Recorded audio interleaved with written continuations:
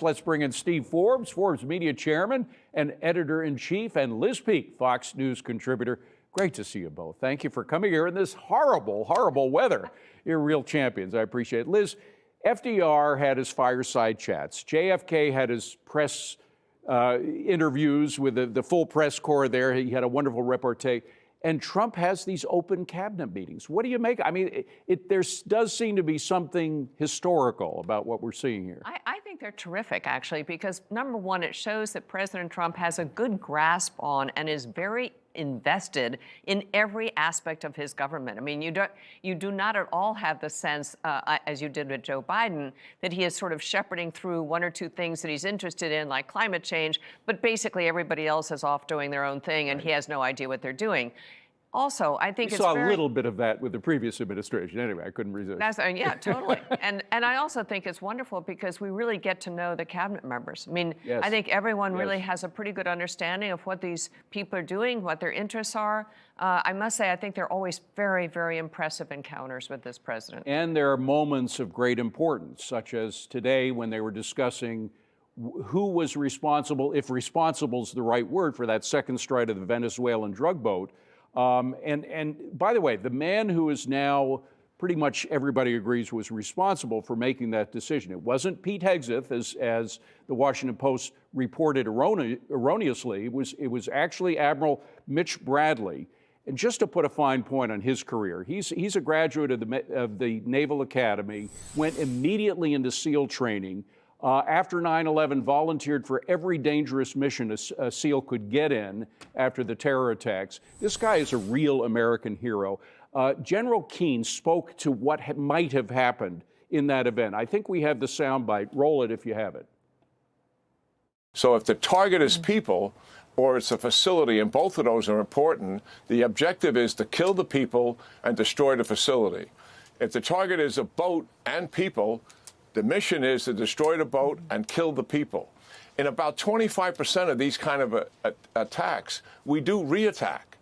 Either if the facility was the objective, to destroy the rest of the facility. If the people is the objective, to kill the rest of the people. That's just the reality of what we're dealing with. And people got to get their head around this, and they're misinterpreting what is taking place here.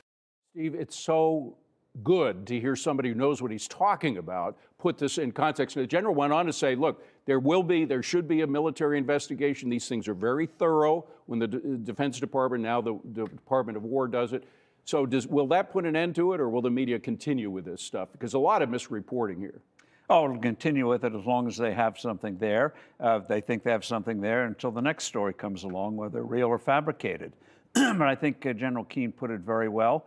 Congressman Crenshaw from Texas, who did some heroic work in the armed forces, this morning was asked about these kinds of missions. He says, you're there to kill the enemy. These are the enemy. This is not bank robbery or something like that. So let's get all the real facts. And the fact of this guy's background, I think, speaks for itself. His decisions weren't hastily made.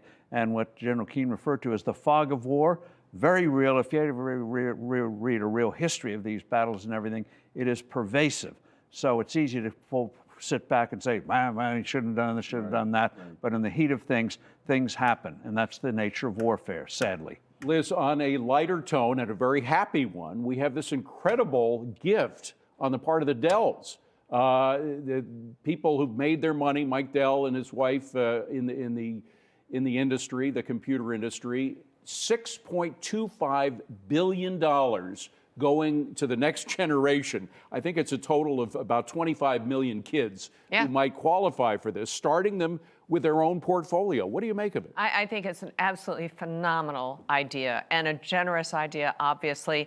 What I love about it in particular is that Michael Dell started a computer business selling directly to people. He wanted to get rid of all the in-between, all the clutter of business and go directly to the people. That's what he's doing here, and he makes no bones about it. He says, I want my philanthropy to be direct, to be purposeful, and really what could possibly be more wonderful than having every kid in America start out with something, because you're having money in the bank. It used to be in the old days that people, I remember Leonard Lauder in his memoir talked about being taken with his primary school, his first grade, to a local bank, and they all were given $10 or something, and they opened an account.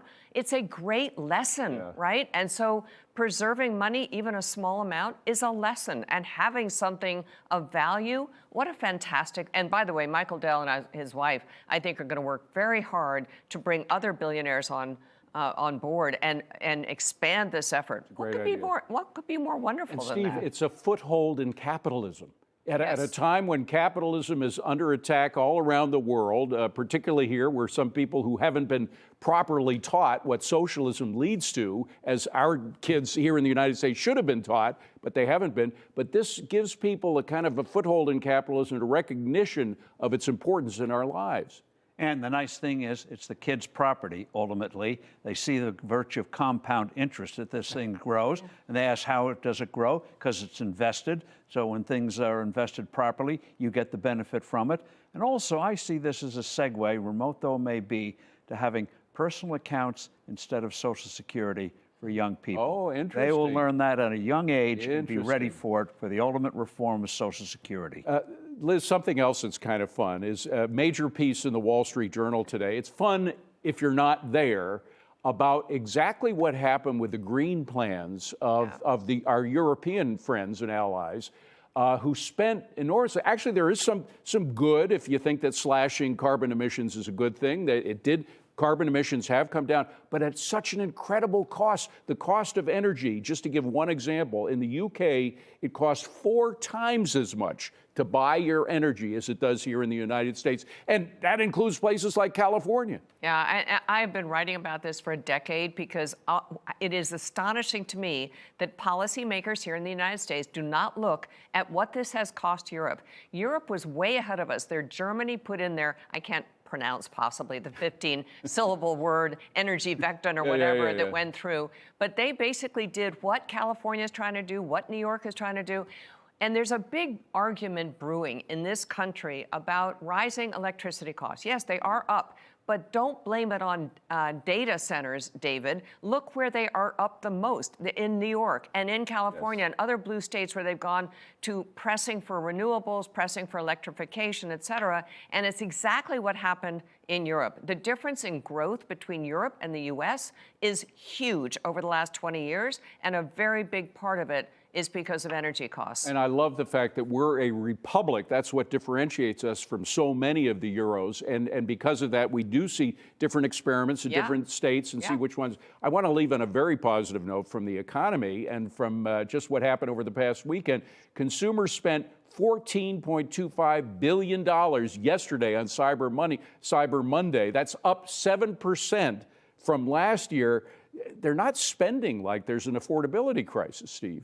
No, and you hope that it's not going on the credit cards either. And so I think there's evidence that it's not going as much as it was. Yeah, and so that's a good thing. And by the way, on the whole energy thing, so-called renewables, just imagine where all of those trillions would have done if they'd gone elsewhere for new medical devices and research like that. The opportunity cost that it's cost, not just electricity, but all the things that could have been done that weren't done, like baby accounts for kids. Wonderful, wonderful point. Again, thank you both for coming here through the rain. Wonderful fun. Thanks a lot.